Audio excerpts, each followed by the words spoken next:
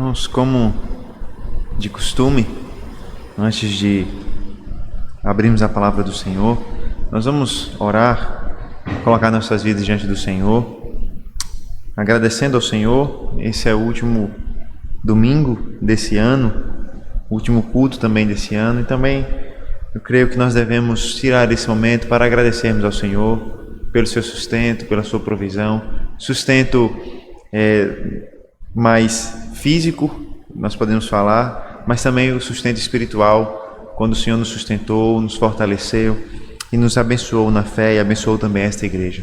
Vamos orar ao Senhor nessa noite, vamos colocar nossas vidas diante dele, vamos agradecê-lo por esse ano, pelo seu sustento, pela sua graça sobre nós. Oremos ao Senhor.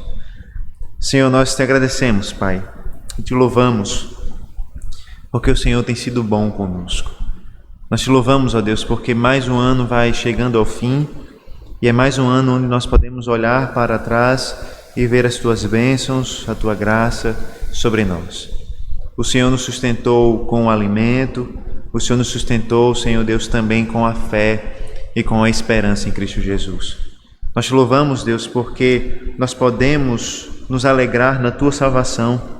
Alegria, Senhor Deus, que acompanha a nossa vida, apesar das circunstâncias muitas vezes difíceis e pesadas que nos rodeiam.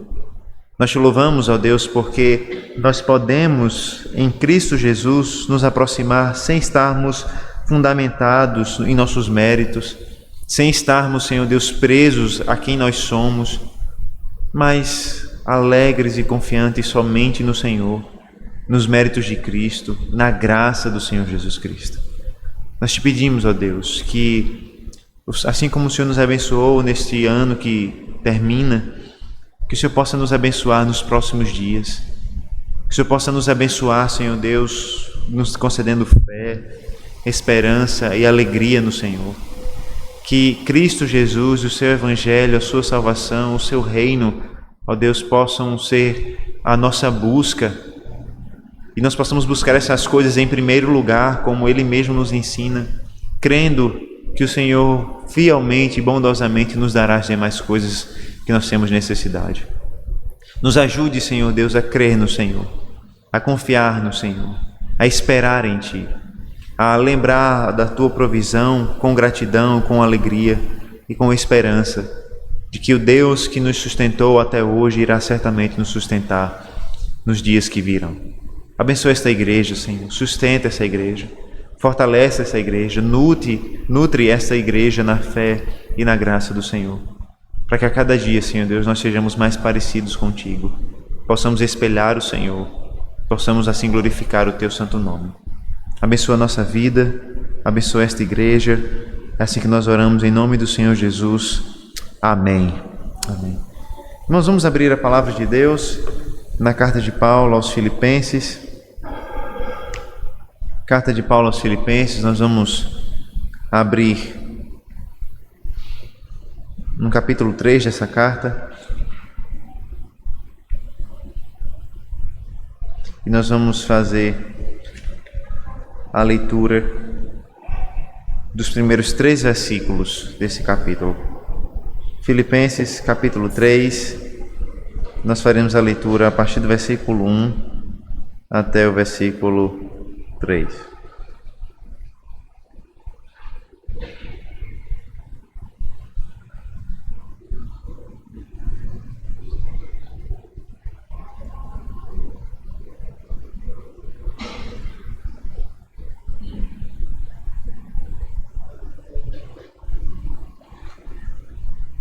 Filipenses 3, a leitura a partir do versículo 1 até o versículo 3. Escute com atenção, com fé. Essa é a palavra de Deus. Ela nos diz assim: Quanto ao mais, meus irmãos, alegrem-se no Senhor.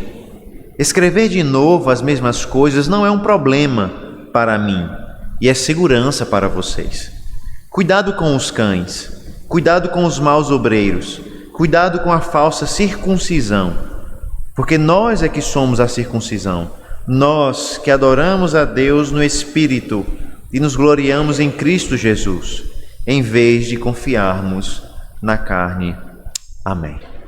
Vamos mais uma vez ao Senhor em oração, desta vez para buscar o seu auxílio, para compreendermos a palavra pregada. Vamos orar ao Senhor. Senhor, nos ajuda, Pai. A Tua palavra foi lida e os nossos corações precisam ouvi-la sendo explicada e aplicada a nós. Fala conosco, Pai, nessa noite. Essa é a nossa oração, em nome do Senhor Jesus Cristo. Amém. Irmãos, eu me lembro que nas aulas de pregação, no seminário, o professor de pregação ele dizia: olha, evite ficar dizendo por último, por fim, finalmente, para que não aconteça algo como aconteceu numa história que se conta, né, em que uma criança estava na igreja e ela perguntou: papai, o que significa quando o pastor diz por último? Aí ele diz: não quer dizer nada. E isso acontece muitas vezes. Pregadores dizem por fim, por último, finalmente, e eles nunca acabam aquilo que estão falando. Eles dizem: esse é o último ponto, por fim, finalmente, e eles continuam falando e não acabam. Então, para não gerar essa expectativa de que o sermão está acabando, os pregadores têm sugerido que não fale isso, não fale por fim, por último, finalmente, porque isso gera a expectativa de que, eita, está acabando. E se não acabar, os irmãos certamente ficaram frustrados. É interessante, irmãos, que Paulo parece estar fazendo algo parecido aqui no texto. Parece que Paulo está dizendo um por fim, por último, mas ele não para, ele não termina aqui. A verdade é que em algumas traduções, o primeiro versículo que nós lemos, o versículo 1 do capítulo 3, tem a seguinte tradução: finalmente, meus irmãos, por último, por fim, meus irmãos. Mas a verdade, irmãos, é que Paulo não está acabando a sua carta aqui. A verdade é que Paulo não terminou o que ele havia para falar aqui. Na verdade, o que nós temos aqui é uma transição, é uma mudança de assunto, não uma conclusão da sua carta. Paulo não está sendo um pregador mal educado que diz por fim e ainda demora mais meia hora com aquilo que ele tem que dizer. Pelo contrário, Paulo está mudando de assunto, mas ele ainda tem algumas coisas importantes para falar, e ele vai começar a falar essas coisas a partir do início do capítulo 3. Nós temos aprendido, irmãos, que Paulo fez questão de escrever essa carta aos Filipenses com o desejo de ensiná-los que eles deveriam viver de acordo com a nova realidade do Evangelho, que agora eles possuíam. Ele escreve para os Filipenses ensinando que agora eles não eram mais cidadãos de Roma, mas agora eles eram cidadãos do reino de Cristo. Eles eram cidadãos do Evangelho, do reino de Deus. Isso significa que eles deveriam viver de modo digno. É por isso que no capítulo 1, no versículo 27, Paulo diz: vivam de modo digno do Evangelho de Cristo. Esse é o resumo da carta, como nós temos visto. E nós temos observado que todos os imperativos de Paulo, todas as suas ordens, tudo aquilo que ele diz para os filipenses serem e fazerem, nada mais é do que uma aplicação ou uma implicação daquilo que Paulo diz: vivam de modo digno do Evangelho de Cristo. Nós temos visto, irmãos, ou nós vimos nas últimas semanas, que Paulo utiliza exemplos como meio desse ensino e dessa exortação. Paulo não só dá ordens do que ele quer, ele não só diz o que ele deseja para a vida dos irmãos, mas ele também apresenta exemplos para, de forma didática, ensinar aquilo que ele mesmo está ordenando. Paulo deu a vida dele como um exemplo. Paulo ensinou através do exemplo de Cristo e mostrou como Cristo é o maior de todos os exemplos. Ele ensinou também através do exemplo de Timóteo e do exemplo de Epafrodito, e nos ensinou que nós devemos ter o mesmo modo de pensar que há em Cristo Jesus. Um exemplo disso nos mostra como Cristo Jesus, em sua humilhação, se fez homem, viveu como servo, foi morto por aqueles que não mereciam. E Cristo também foi exaltado. E nós aprendemos então que o caminho do Evangelho é esse. Nós entregamos a nossa vida pelo reino de Cristo, nós entregamos a nossa vida pelos nossos irmãos, nós entregamos a vida pela igreja, crendo que, dedicando as nossas vidas ao Evangelho e a Cristo, então de fato nós estamos vivendo de maneira humilde diante do Senhor, como Ele mesmo viveu. Hoje, mais uma vez, nós aprenderemos através dos exemplos. Dessa vez, nós teremos um contraste entre dois modos de pensar, ou duas formas de religiosidade. A primeira, religiosidade, que se apega a méritos, que se apega a status, que se apega a privilégios humanos e que fundamenta seu relacionamento com Deus sobre essas coisas. Uma forma de religião que enxerga o relacionamento que possui com Deus através daquilo que ele é, daquilo que a pessoa é, daquilo que a pessoa fez ou aquilo que a pessoa fará. Mas nós veremos uma segunda forma de encarar o relacionamento com Deus. Essa forma encara os privilégios e os méritos humanos como algo sem valor diante da revelação da salvação pela graça em Cristo Jesus. Essa segunda forma de pensar o nosso relacionamento com Deus nega os privilégios humanos e aceita a salvação inteiramente por graça. E através desse contraste entre esses dois modos de religião, nós veremos que quem de fato faz parte do verdadeiro povo de Deus. Por isso, nessa noite, nós aprenderemos que o verdadeiro povo de Deus é formado por aqueles que se gloriam em Cristo e não no homem. Essa é a verdade que nós meditaremos nessa noite. Nós aprenderemos que o verdadeiro povo de Deus é formado por aqueles que se gloriam em Cristo e não no homem. Veremos primeiro, irmãos, que o povo de Deus, o verdadeiro povo de Deus, não confia em méritos ou privilégios humanos. Veja, os primeiros 2 versículos de Filipenses 3 nos desafiam com uma mudança brusca de assunto. Veja, nós devemos perceber como Paulo ele muda aqui de assunto rapidamente, mas ele tem um propósito muito especial ao fazer isso. Veja, Filipenses 3, versículos 1 e 2. Quanto ao mais, meus irmãos, alegrem-se no Senhor. Escrever de novo as mesmas coisas não é um problema para mim, e é segurança para vocês. Cuidado com os cães, cuidado com os maus obreiros, cuidado com a falsa circuncisão. Veja que a primeira frase do versículo 1 nós já vimos, parece nos levar ao fim da carta, mas essa não é a verdade. Paulo está mudando de assunto aqui. Paulo está levando os irmãos a pensarem sobre algo muito importante a partir de agora. E ele diz, meus irmãos, alegrem-se no Senhor. E é verdade, essa seria uma boa forma de terminar a sua carta. Se Filipenses acabasse aqui, ela já seria uma belíssima carta, terminando com a frase, alegrem-se no Senhor. E é bonito esse final de carta, porque o ensino da carta nos faz voltar a essa exortação, alegrem-se no Senhor. E aqui nós devemos lembrar o contexto da carta, quem era Paulo e como ele escreveu a carta. Nós devemos lembrar que Paulo estava preso quando ele escreveu essa carta. Paulo estava privado da sua liberdade, estava preso na sua residência, e ali ele não podia pregar o evangelho livremente, mas as pessoas eram chamadas à sua casa, e ali na sua casa ele pregava o evangelho. Devemos lembrar também que os filipenses estavam sofrendo perseguições por causa da fé em Cristo Jesus.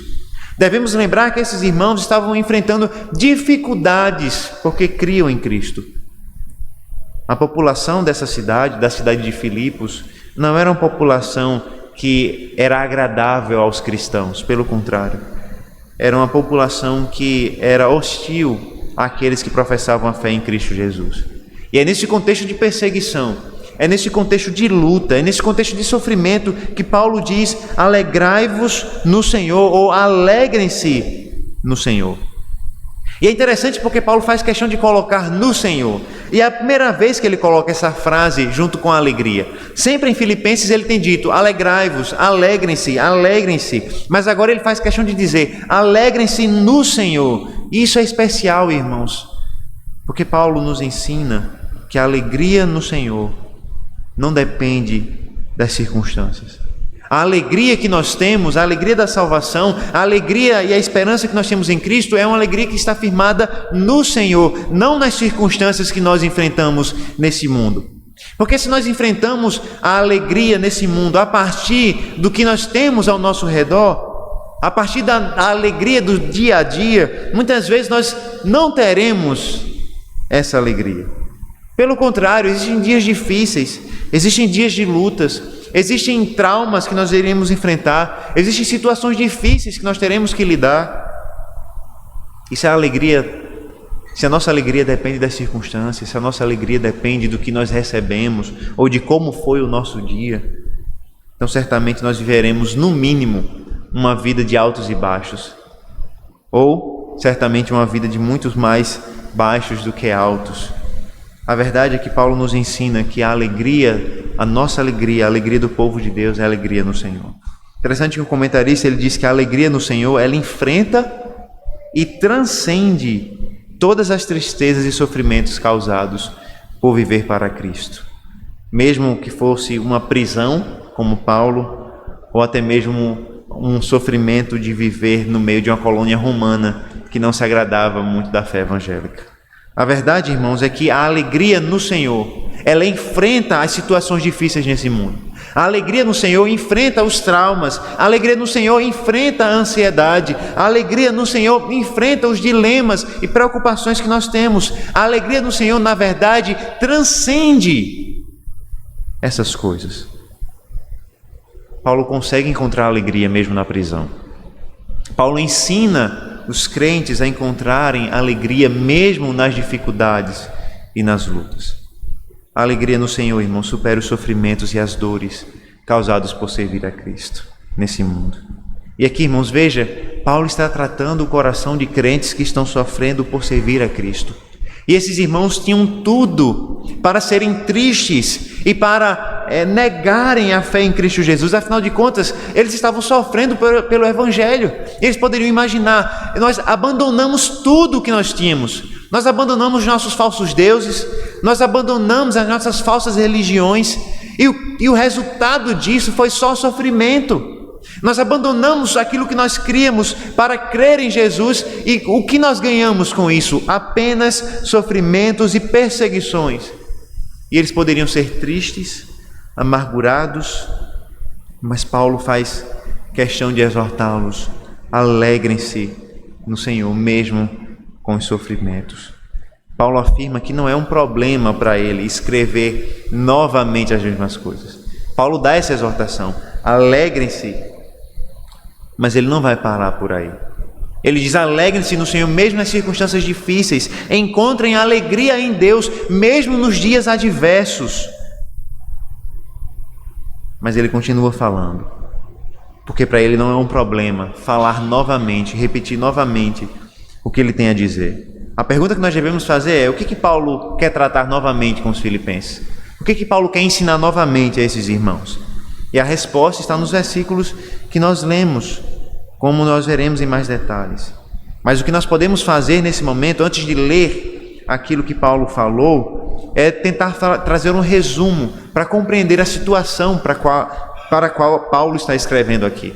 Paulo diz que precisa novamente tratar do mesmo assunto, do mesmo problema. Em outras palavras, Paulo já conversou isso com os irmãos. Paulo já tratou esse assunto em outro momento com os irmãos. E agora ele vê que é necessário falar novamente. É necessário tratar o mesmo problema novamente. Que problema é esse? Que assunto é esse que ele tem que tratar novamente?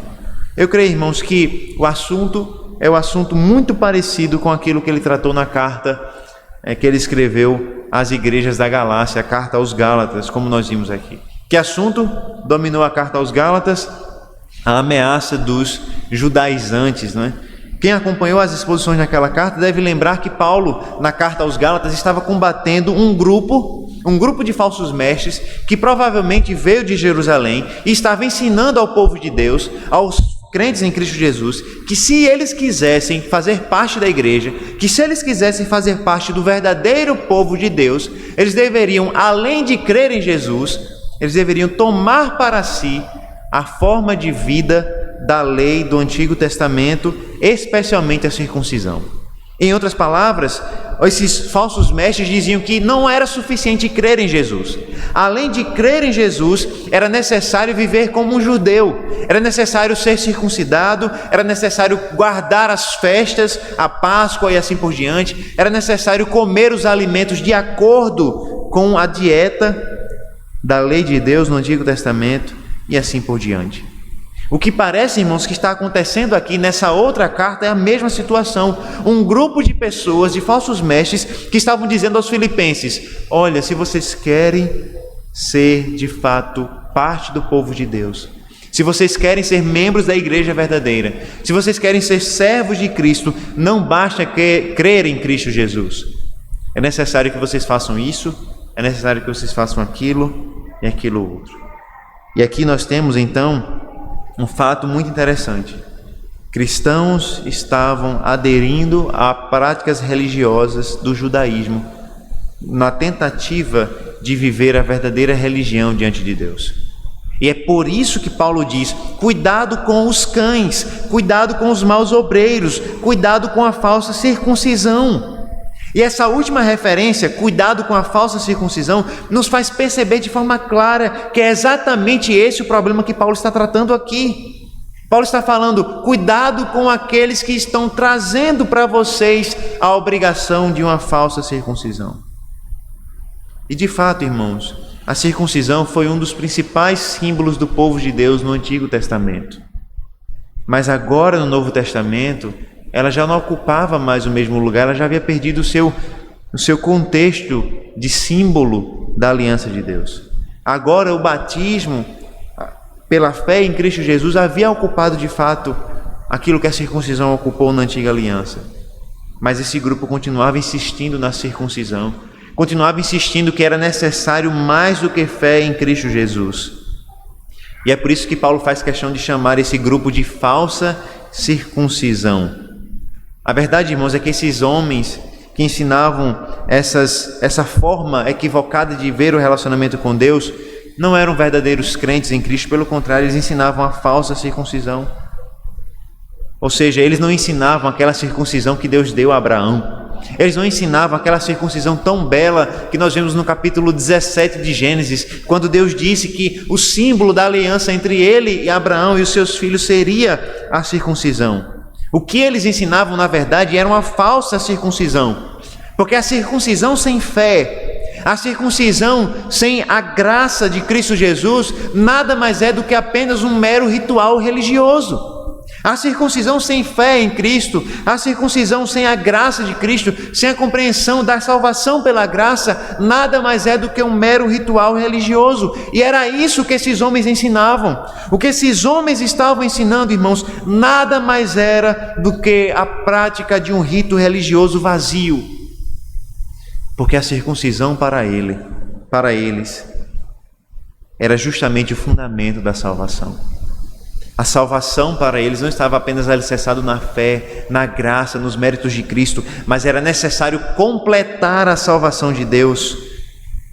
Em outras palavras, o que aqueles homens estavam ensinando era uma forma de se relacionar com Deus que estava alicerçada não na fé, não na graça, mas nos méritos e no status de alguém diante de Deus.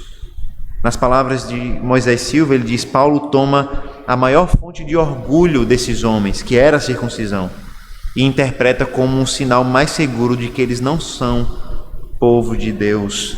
E aqui essa é a verdade. Paulo faz questão de dizer: vocês são a falsa circuncisão. A circuncisão que para eles era o símbolo de que alguém fazia parte de Deus, de fazer parte do povo de Deus, agora é usado por Paulo para mostrar que eles não são parte do povo de Deus. Eles se orgulhavam e diziam: nós somos o verdadeiro povo de Deus porque nós temos a circuncisão, nós fomos circuncidados. E Paulo diz: é aí que vocês estão enganados. A circuncisão de vocês não é um símbolo de que vocês são povo de Deus, é exatamente o contrário.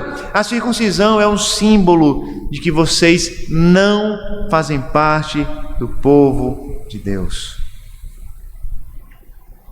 Porque a circuncisão sem fé, sem graça, sem a graça de Deus, é apenas mais um rito religioso, que não é diferente dos demais ritos religiosos que nós encontramos em outras religiões pagãs. E aqui nós podemos nos voltar para as circunstâncias de Gálatas e lembrar que eles ensinavam que o povo de Deus era aqueles que eram descendentes de Abraão, a nação de Israel, a nação que recebeu a lei. E a lei então se tornou o símbolo daqueles que eram de fato o povo de Deus. Era o povo que obedecia à lei, que era o povo de Deus. E quando nós pensamos dessa maneira mais simples, parece que há algo de verdade aqui. Mas eles atrelavam a salvação à obediência à lei. E a obediência da lei para eles era uma vida externa de obediência, marcado por pode fazer isso, não pode fazer aquilo, você deve se circuncidar e viver como um judeu. Só esses eram reconhecidos como filhos de Deus. E é por isso que Paulo faz questão de lembrar que, na verdade, eles são a falsa circuncisão. Assim, irmãos, é a forma de religiosidade que nos ensina a viver diante de Deus através dos méritos e dos status. Nós só podemos ouvir várias religiões ao redor do mundo dizendo: para ser parte do povo de Deus, para ser filho de Deus, para ser salvo, você precisa fazer isso, se vestir dessa forma, tomar essas atitudes, fazer aquilo e aquilo outro. Mas Paulo faz questão de nos dizer que essa forma de se relacionar com Deus, através de méritos, através de status, através daquilo que nós somos ou que temos, não é a forma de religião que Jesus Cristo nos ensinou. Pelo contrário, esses homens eram orgulhosos porque eles eram descendentes de Abraão. E infelizmente nós podemos encontrar em muitas igrejas jovens ou até mesmo adultos, senhores, que são orgulhosos porque a família, já há várias gerações, é a família de presbiterianos, família de reformados ou de outra denominação. Há tantos anos a minha família faz parte da igreja. E muitas vezes pessoas se apegam a isso como se fosse isso o fundamento da fé, ou o fundamento da salvação delas. Mas Paulo está nos dizendo que não adianta se o nosso sangue é azul, se o nosso sangue é nobre. Não adianta se nós fazemos isso ou aquilo outro como rituais religiosos. Não interessa se nós temos o costume de subir ao monte para fazer orações, ou se nós temos o costume de todo final de ano fazer algum tipo de simpatia ou algo nesse sentido. Não interessa se nós vamos a tal igreja ou tal igreja. Paulo diz que o fundamento da nossa fé não é o nosso status, não é o nosso mérito, mas é a graça em Cristo Jesus. E é por isso que ele faz questão de, no versículo 3, nos lembrar quem é o verdadeiro povo de Deus. Porque ele nos disse quem é a falsa circuncisão, mas certamente ele vai nos dizer também quem é o verdadeiro povo de Deus. Mas nós não vamos ver que o verdadeiro povo de Deus sem antes observar que Paulo dá duas outras características desse falso povo de Deus. Eles são a falsa circuncisão, apegados a rituais, mas eles também são cães e maus obreiros. E aqui, irmãos, nós precisamos entender um pouco do contexto daquilo que Paulo está falando, do contexto histórico, para a gente compreender que Paulo aqui não está simplesmente jogando insulto por aí, né? Paulo primeiro diz que eles devem ter cuidado com os cães, ou seja, nós precisamos parar para entender que Paulo não está chamando simplesmente de cachorro, né, como a gente diz hoje, né? Ou isso é um cachorro, né? Ou você é um cachorro, né? Não é isso que ele está dizendo. Paulo está dizendo algo aqui mais complexo do que apenas isso. Por quê? Porque para o judeu, o cachorro é de fato um animal sujo, ele é um animal contaminado, ele é um animal repugnante, e há uma razão para isso. A razão para isso é que no judaísmo, na lei de Deus, no Antigo Testamento, havia uma proibição muito clara de se tocar em cadáveres, de se tocar em animais mortos ou em pessoas mortas, porque isso contamina, porque isso seria sujo. E adivinha o que o cachorro faz? Ele gosta de carniça. Cachorro, naturalmente, ele faz isso, né? E aqui, irmãos, nós devemos lembrar que nesse tempo não tinha pai de pet, né? Graças a Deus, não tinha pai de pet nesse tempo. Então não tinha essa ração, né? Esse tipo de coisa que tem hoje. Os animais, os cachorros comiam carniça mesmo. E é por isso que eles eram considerados animais desprezíveis, miseráveis, sujos. Com o tempo, essa nomenclatura, cães, cachorros, se tornou um símbolo de todos os povos que não faziam parte do judaísmo, não faziam parte da aliança de Deus no Antigo Testamento. Por quê? Porque o cão se tornou um símbolo de impureza. E quem eram os impuros? Os impuros eram todos aqueles que não faziam parte do povo de Deus. Por isso, no Antigo Testamento é muito comum que aqueles que não fazem parte do povo de Deus, aqueles que não são descendentes de Abraão, aqueles que não são parte de Israel, sejam chamados de cães. Você pode até lembrar que o Senhor Jesus Cristo chamou uma mulher de cachorrinho. Lembra? Quando aquela mulher pede ao Senhor pela sua graça e ele diz: não é bom tirar o pão dos filhos e dar aos cachorrinhos.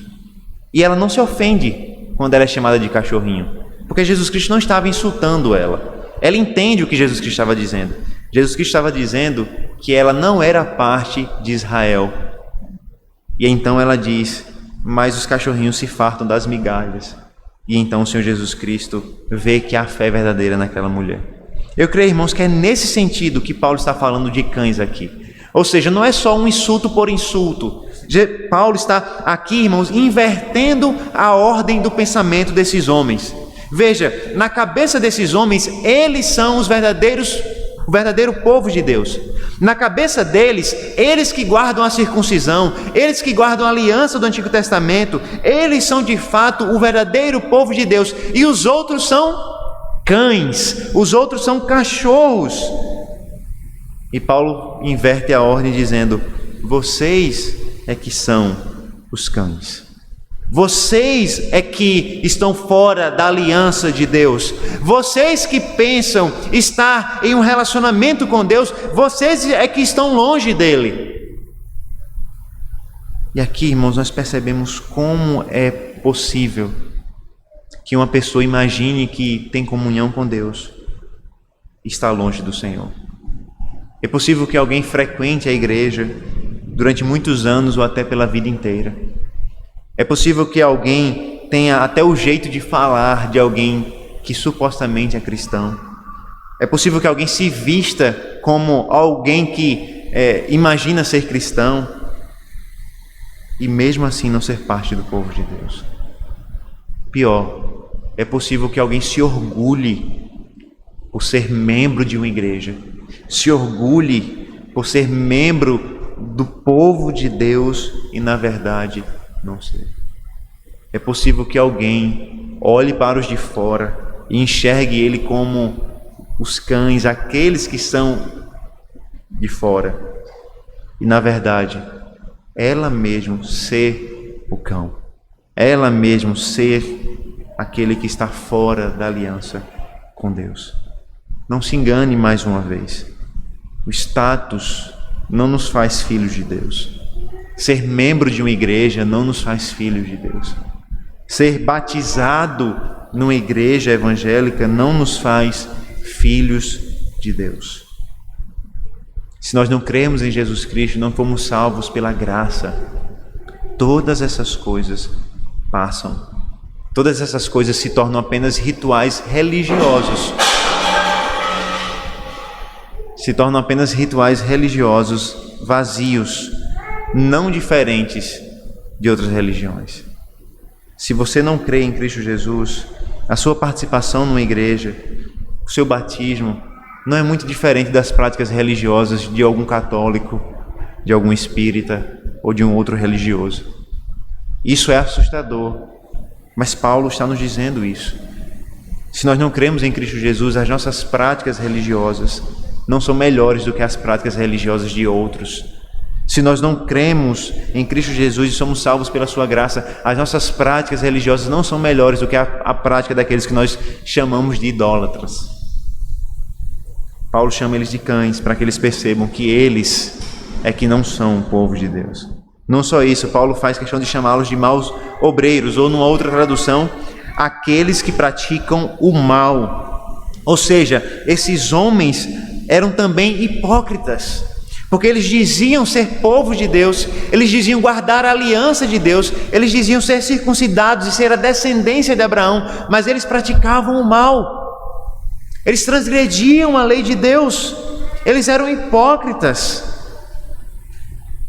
E aqui, irmãos, uma verdade inequívoca é apresentada nesse texto. É possível ter toda a aparência externa de alguém que crê no Senhor Jesus Cristo, mas as obras dessa pessoa, as ações, as falas, o testemunho dela, logo mostrará quem ela é. Eles eram circuncidados, eles eram da descendência de Abraão, eles guardavam a dieta de maneira que eles deveriam guardar, eles se vestiam da maneira que deveriam se vestir, mas as ações deles mostravam que eles eram praticantes do mal. O verdadeiro povo de Deus, irmãos, não é feito por aqueles que confiam nos seus méritos e nos privilégios que ele possui. Não são feitos daqueles que se orgulham do seu nascimento, das suas roupas, do seu status, não se orgulham de serem membros de igreja, de serem presbíteros, pastores. O povo de Deus é feito por aqueles que de fato confiam em Cristo e se gloriam em Cristo Jesus. E eu creio que essa é a segunda verdade que Paulo vai nos ensinar nessa noite. O verdadeiro povo de Deus é formado por aqueles que se gloriam somente em Cristo. Veja que o versículo 3 revela a natureza do verdadeiro povo de Deus.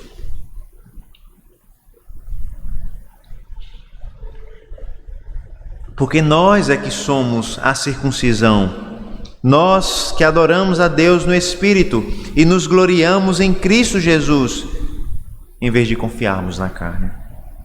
Veja que Paulo, irmãos, ele é bem enfático aqui. Ele diz: nós é que somos a circuncisão. O primeiro grupo de aqueles que estabeleciam a sua religião nos méritos e no status, ele diz: vocês são a falsa circuncisão, o falso povo de Deus, aqueles que parecem ser a igreja, mas que na verdade não é. Nós é que somos o verdadeiro povo de Deus. E aqui o apóstolo está tentando convencer os filipenses de não caírem na cilada desses falsos mestres. É como se Paulo estivesse dizendo: irmãos, não caiam na cilada daqueles que querem vender uma religiosidade falsa para vocês. Vocês são o verdadeiro povo de Deus, não eles. Eles são a falsa circuncisão, vocês são a verdadeira circuncisão. Vocês são aqueles que de fato possuem uma aliança verdadeira com Deus. Vocês de fato são o povo de Deus. E Paulo nos dá algumas características do verdadeiro povo de Deus ou da verdadeira circuncisão. Primeiro, Paulo afirma que a verdadeira circuncisão, o verdadeiro povo de Deus, é aqueles que adoram, é composto por aqueles que adoram a Deus no Espírito. É interessante que esse verbo traduzido por adorar, é comumente utilizado no Antigo Testamento para falar do serviço dos levitas.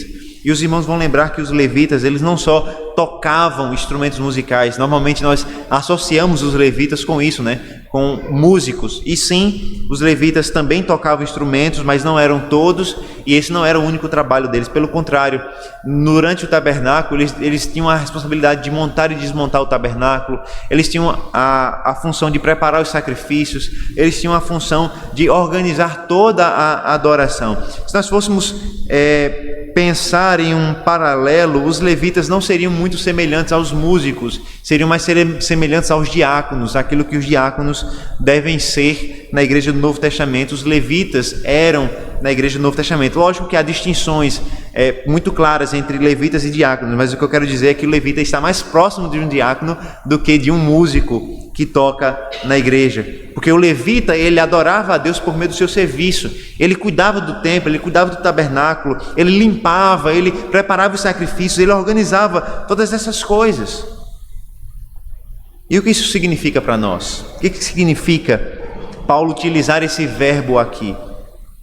Parece, irmãos, que Paulo está nos falando, então, não só de uma adoração interna, percebe? Quando Paulo fala sobre aqueles que adoram no Espírito, Paulo não está simplesmente falando daqueles que adoram no coração, como se a verdadeira marca do povo de Deus é aqueles que adoram no coração a Jesus Cristo. Não, o contraste, irmãos, parece ser com a nova vida que nós temos no Espírito. Ou seja, se os levitas adoravam a Deus através do seu serviço no Antigo Testamento, Paulo fala de uma adoração também no Novo Testamento, mas uma adoração agora que é no Espírito. Ou seja, que é capacitada pela nova vida que nós temos no Espírito. Durante todo o Novo Testamento, nós ouvimos que o crente, aquele que crê em Jesus Cristo é aquele que nasceu de novo, é aquele que nasceu do Espírito, do poder do Espírito. Essa é a promessa que Deus faz no Antigo Testamento, de que Ele vai derramar o seu Santo Espírito sobre o seu povo, e Ele faz isso por meio do Senhor Jesus Cristo. Jesus Cristo sopra o Espírito sobre os seus apóstolos, Jesus Cristo promete que vai vir sobre o seu povo o Espírito Santo. E reconhecendo essas realidades, Paulo diz: o verdadeiro povo de Deus é composto por aqueles que adoram no Espírito. Ou seja, é composto por aqueles que possuem a nova vida em Cristo Jesus e que através dessa nova vida, dessa capacitação do Espírito Santo de Deus, servem e adoram ao Senhor. Em outras palavras, o verdadeiro povo de Deus é capacitado pelo Espírito de Deus para adorar a Deus. Nessa nova era de salvação, é o Espírito quem nos capacita a adorar ao Senhor, e essa é uma marca eficaz do povo de Deus.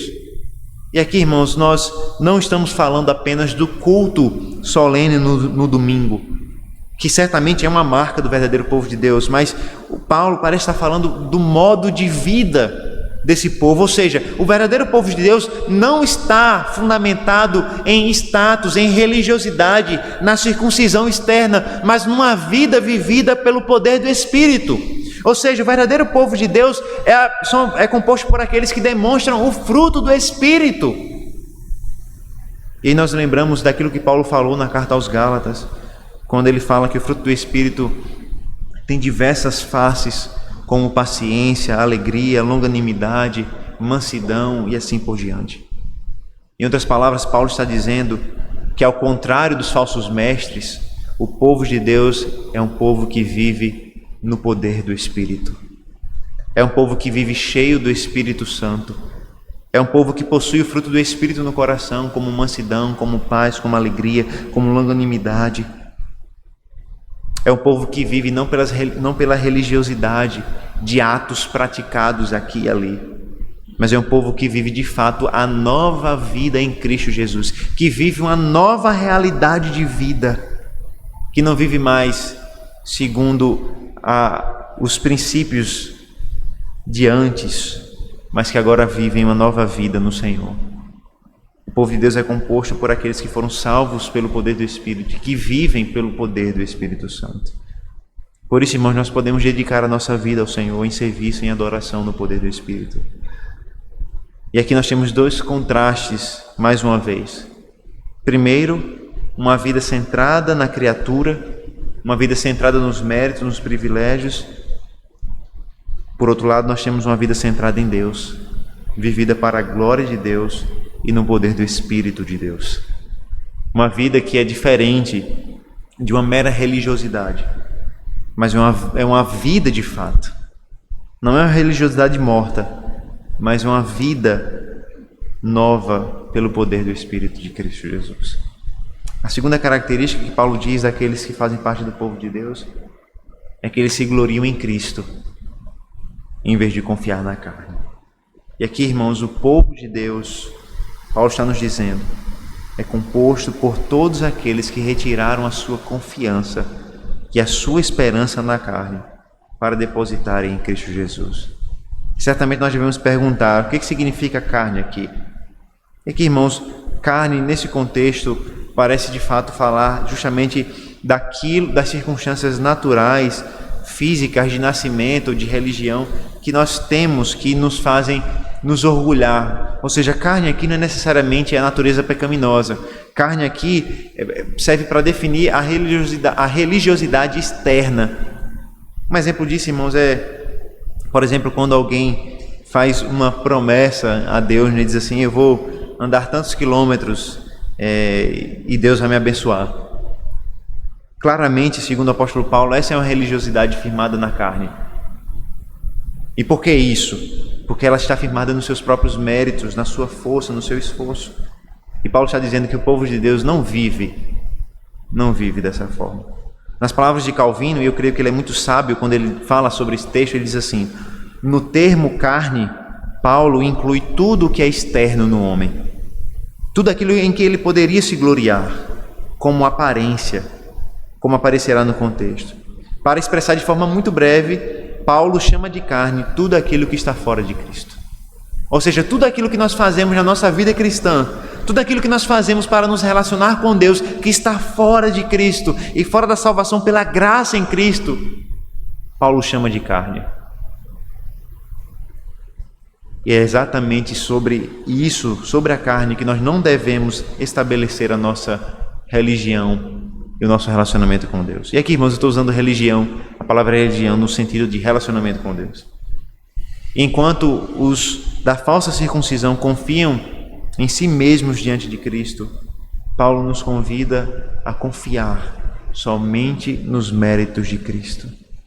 Paulo nos convida a depositar a nossa esperança em Cristo, a nossa confiança nos seus méritos como parte do povo de Deus.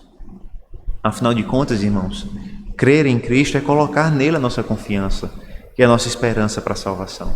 Quando nós cremos em Cristo e depositamos a nossa fé nele como Senhor e Salvador, nós estamos diante de Deus confessando que nós somos incapazes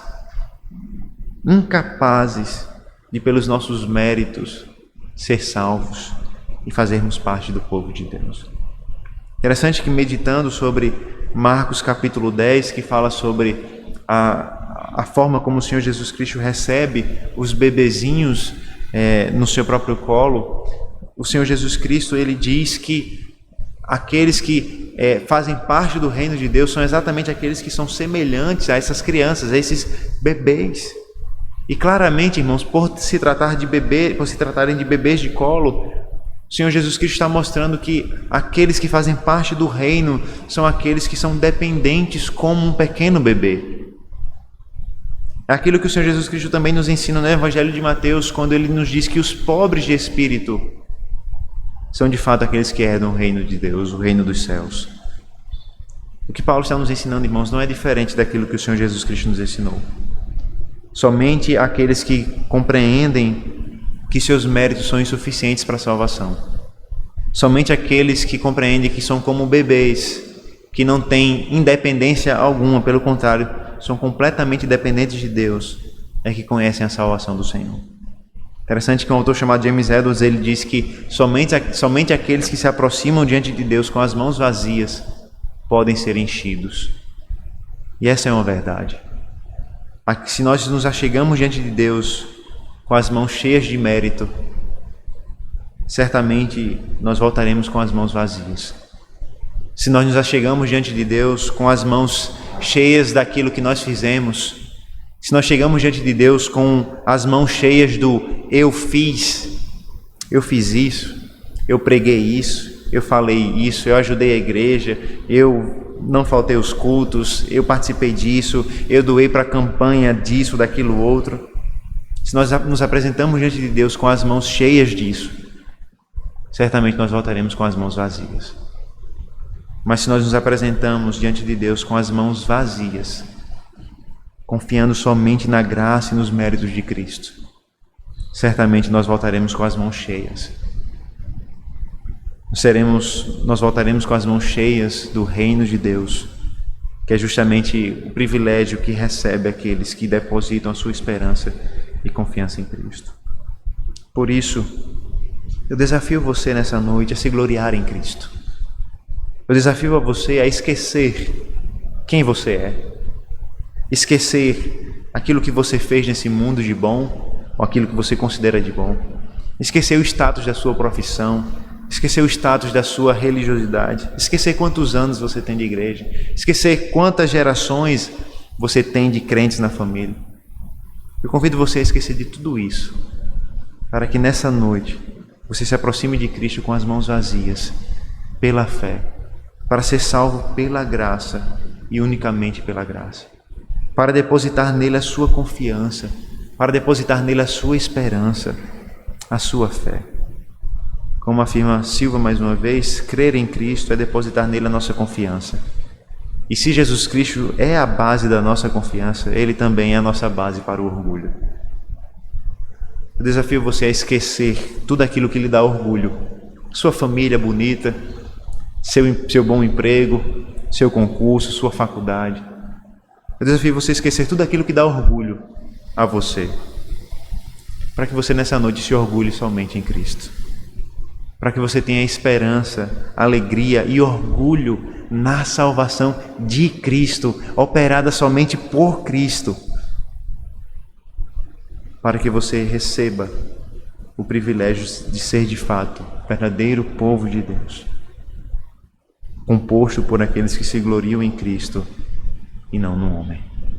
Se glorie em Cristo e seja parte do reino desse Cristo, desse Salvador. Vamos orar ao Senhor. Senhor nosso Deus, nós agradecemos ao Senhor pela salvação que nós temos em Cristo Jesus.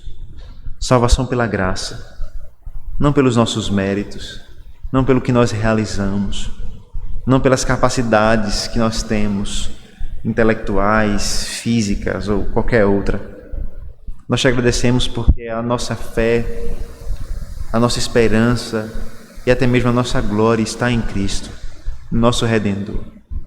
Nós não nos aproximamos, Pai, diante de Ti com as mãos cheias de orgulho, com as mãos cheias de soberba, apresentando diante do Senhor aquilo que nós fizemos. Nós nos aproximamos, Pai, com as mãos de pecadores que necessitam da Tua graça, de pecadores que compreenderam que a confiança e a esperança precisam estar em Cristo, de pecadores que compreenderam que não há nada nesse mundo que vale a pena se gloriar, senão em Cristo Jesus. Que o Senhor, Deus, nos conceda o privilégio de nos gloriar em Cristo, de sermos parte da Tua igreja, do Teu povo, de não dependermos dos nossos méritos e dos nossos rituais, mas dependermos somente da salvação em Cristo Jesus.